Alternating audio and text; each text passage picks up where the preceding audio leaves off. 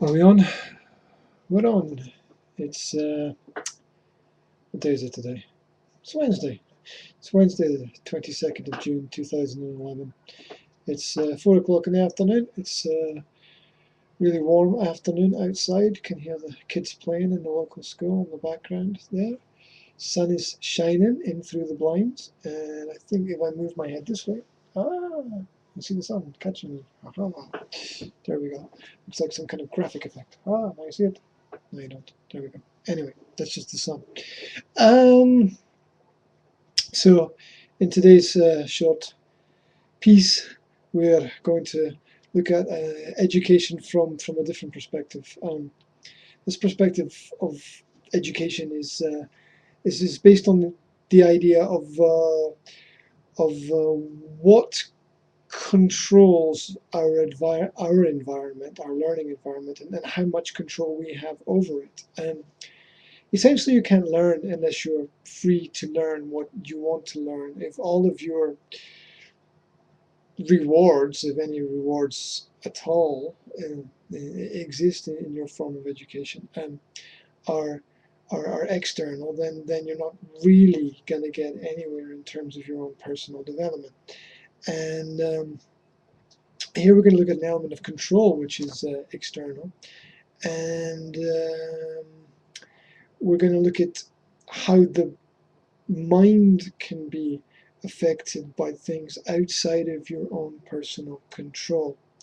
Um, so while you're focused on developing your own skills in your life, it's quite possible that other people might be focused on affecting the skills that you are trying to develop in a negative way, that someone's going to try and limit you and limit your abilities. And so that's why we're going to look at the subject of war from a perspective today.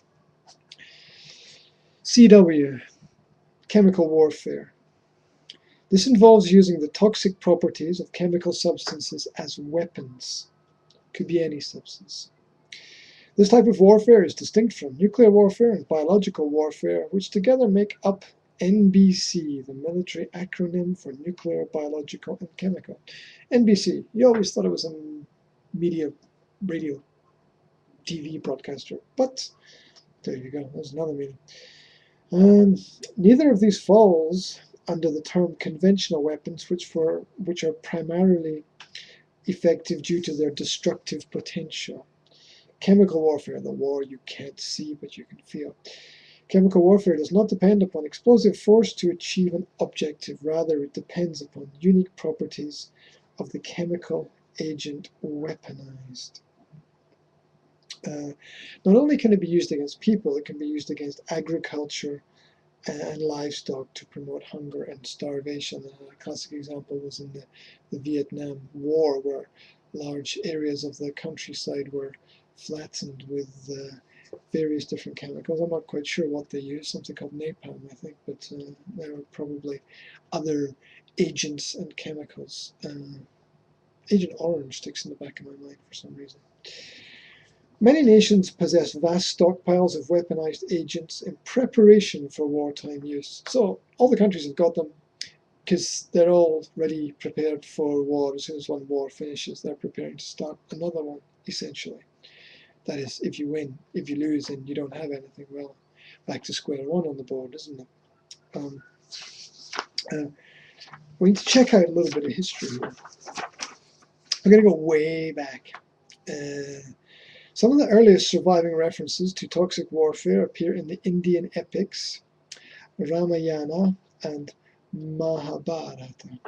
The Laws of Manu, a Hindu treatise on statecraft, forbids the use of poison and fire arrows. Good law. But advises poisoning food and water. I'll read that again. Advises poisoning food and water. Wonderful statecraft. Another statecraft manual of the same era contains hundreds of recipes for creating poison weapons, toxic smokes, and other chemical weapons. Ancient Greek historians recount that Alexander the Great encountered poison arrows in India in the 4th century. Sun Tzu's Art of War, 500 BC, which is sitting on my shelf back here. There we go, gonna get it. Don't leave home without it. The Art of War. There we go. Well illustrated, nice copy of the book as well. Anyway, that was just for fun. Where are we? Sun Tzu's Art of War advises the use of fire weapons. In the 4th century BC, the writings of Maoist sect in China, Maoist sect in China, described the use of bellows to pump smoke from burning balls of mustard and other toxic vegetables. God knows what kinds of toxic vegetables they had way back there and then, but they were apparently quite effective in warfare. Even older Chinese writing dates back to 1000 BC and contains hundreds of recipes for the production of poisonous or irritating smokes for use in war, along with numerous accounts of their use. I wonder if cigarettes in society could be considered as warfare. And so on, special types of hunting fog used to suppress peasant revolts, blah, blah, blah. We're getting to the point here. United States Senate report. In 1994, the United States Senate report entitled, "Is Military Research Hazardous to Veterans' Health?" Rhetorical question. Lesson spanning a half-century detailed the United States Department of Defense's practice of experimenting on animal and human subjects, often without their knowledge or consent. Your government loves you, that's why it uses you as a little guinea pig in all those experiments. If you can't do it abroad, do it at home. Approximately 60,000 military personnel were used as human subjects in the 1940s to test the chemical agents mustard gas and lewisite. Wonderful. Between the 1950s through the 1970s, at least 2,200 military personnel were subjected to various biological agents referred to as Operation White Coat. They love these names, don't they?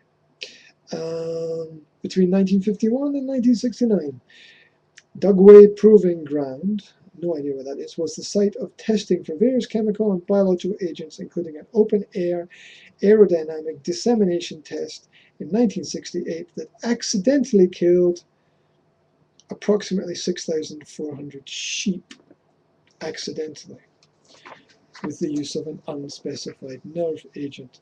Does it matter? It kills people, it's dangerous, it's poisonous. When you kill 6,400 sheep and not affect any people at the same time, that's ridiculous.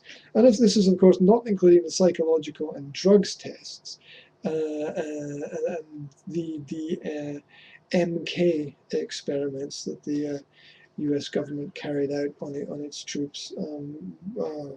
Just a wonderful way to experiment. Of course, there is no Gulf War syndrome. If you're a soldier and you got sick there and you came back home and you don't feel very well, it's of course all in your head, according to the government. Reminds me of how the American government didn't want to give compensation to the firefighters after September the 11th tragedies.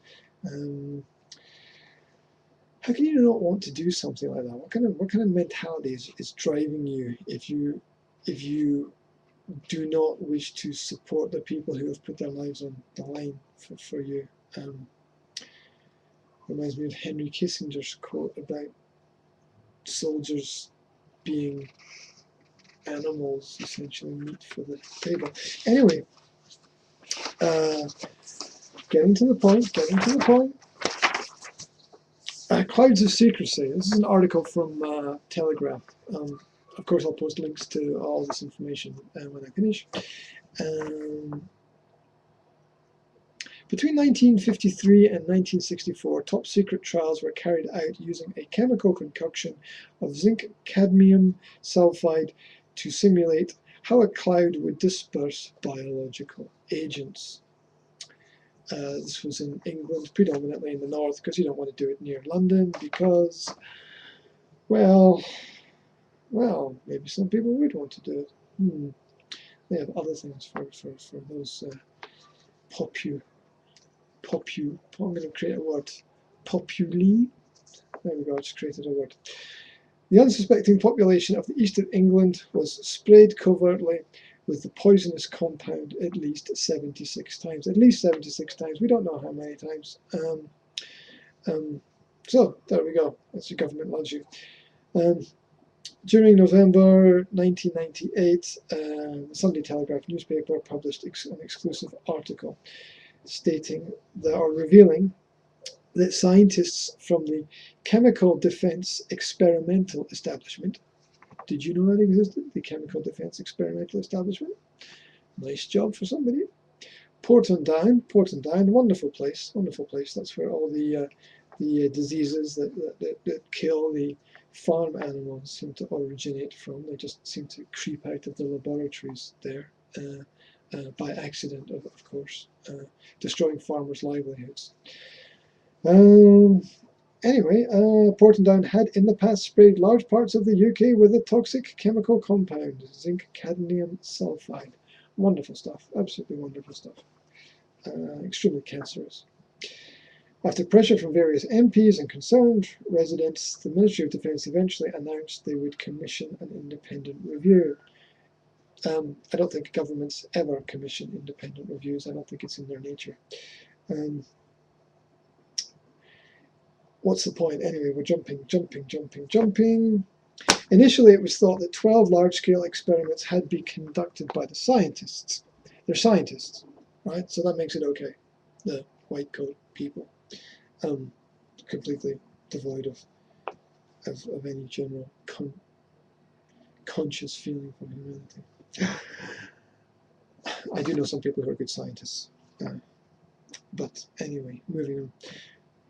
Investigation soon revealed the figure was a vast underestimation. By the time the Academy of Medical Sciences had been appointed to conduct their review, the number of experiments had risen to around about 70. Fortunately, examination of each newly declassified Porton-Down scientific report revealed evidence of yet more as yet unknown trials. They were just doing it under the guise of protecting the people because there was a Cold War on, and they were worried about the fact that some foreign government might disperse poisonous chemicals into the air to attack the population, so they decided to do it themselves. Beyond me. It goes beyond me. During the course of investigations, the researcher Mike Kenner stumbled across a cache of papers relating to trials which took place in Norfolk in 1963 and again in 1964. These trials turned out to be the last officially in the open air spraying program. I guarantee you they continued unofficially. Newly declassified material reveals more and more information. And on at least 2 occasions, scientific reports have been discovered which were not even examined in independent reports, and so on. When they examine the reports, they start with the conclusion and then they fit the evidence into reverse engineer the idea. Blah blah blah. What else can we say here? Tests also took place in 1963 in Bedfordshire. I lived there, interesting place. Just far enough outside of London for people to do their business in London and live somewhere else. Used to find body parts floating down the river every month. As I said, interesting place to study. Spraying this material from ground level could have led to a much higher dosage of inhaled zinc cadmium sulfides amongst residents. Of course it did. They put all this stuff in a van and they drove the van around the countryside while the people in the van had all these masks and chemical suits on, and they just let out these chemicals into the environment, and they then monitored the people through doctors to see how sick and unhealthy they became. What's the point? The point is that how are people expected to develop when governments are doing the opposite? And I'm going to post up links and just think about it. Think about what's happening.